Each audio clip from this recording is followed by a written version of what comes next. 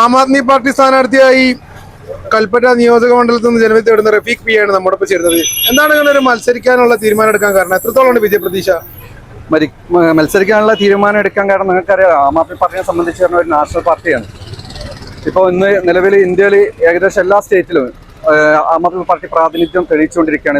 ഇപ്പം കഴിഞ്ഞ തദ്ദേശ സ്വയംഭരണ സ്ഥാപനങ്ങളിലേക്കുള്ള തെരഞ്ഞെടുപ്പിൽ നമ്മുടെ കേരളത്തിലും 3 seat Aam Aadmi party ward തലത്തിൽ നേടിയിട്ടുണ്ട്. അതുപോലെ തന്നെ നമ്മൾ വയനാട് അനുഭവിക്കുന്ന മുഴുവൻ പ്രശ്നങ്ങൾക്കും കൃത്യമായ പദ്ധതികൾ തയ്യാറാക്കിക്കൊണ്ട് ആ പ്രശ്നങ്ങൾ പരിഹരിക്കുന്നതിന് വേണ്ടിയിട്ട് ആണ് ആം ആദ്മി പാർട്ടി ഈ മത്സര രംഗത്തേക്ക് വന്നിരിക്കുന്നത്. ഇപ്രാവശ്യം ഇപ്പോൾ നമുക്കറിയാം, ആം ആദ്മി പാർട്ടി മുന്നോട്ട് വെക്കുന്ന രാഷ്ട്രീയം എന്തെന്ന് വെച്ചാൽ അത് കൃത്യമായി ജനങ്ങൾ നൽകുന്ന നികുതിപ്പണം ജനങ്ങളിലേക്ക് തന്നെ തിരിച്ചു വരുന്ന രൂപത്തിലുള്ള വെൽഫെയർ പൊളിറ്റിക്സ് ആണ് മുന്നോട്ട് വെക്കുന്നത്. അഴിമതി രഹിത വെൽഫെയർ പൊളിറ്റിക്സ്. അപ്പോൾ നമുക്കറിയാം, ഇന്നത്തെ അവസ്ഥയിൽ നമുക്കറിയാം നമ്മുടെ നാട്ടിൽ എങ്ങനെയാണ് ഭരണം മുന്നോട്ട് പോയിക്കൊണ്ടിരിക്കുന്നത് എന്നുള്ളത്.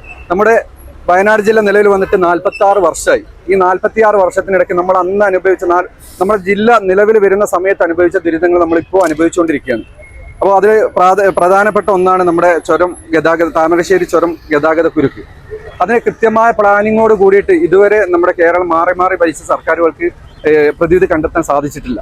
അപ്പോൾ അതിന് കൃത്യമായ പ്ലാനിങ്ങോട് കൂടിയിട്ടാണ് ആം ആദ്മി പാർട്ടി ഈ മണ്ഡലത്തിലും അതുപോലെ തന്നെ നമ്മുടെ സുൽത്താൻ ബത്തേരി മണ്ഡലത്തിലും മത്സരിക്കുന്നത്. മാനന്തവാടി മത്സരിക്കുന്നില്ല. മത്സരരംഗത്തുണ്ടായിരുന്ന സ്ഥാനാർത്ഥിക്ക് ചെറിയ പ്രശ്നങ്ങൾ വന്നതുകൊണ്ട് അദ്ദേഹം പിൻവലിച്ചു. ആരോഗ്യകരമായ പ്രശ്നങ്ങൾ ഉണ്ടായിരുന്നു.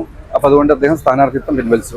പിന്നെ അതോടൊപ്പം തന്നെ നമുക്കറിയാം, നമ്മളെ വയനാട് അഭിമുഖീകരിച്ചിരിക്കുന്ന വലിയൊരു പ്രശ്നമാണ് നമ്മുടെ വനവും അതുപോലെ തന്നെ നമ്മുടെ നാടും വേർതിരിക്കാതെ വന്യമൃഗങ്ങളും അതുപോലെ തന്നെ മനുഷ്യരും തമ്മിലുള്ള സംഘർഷം.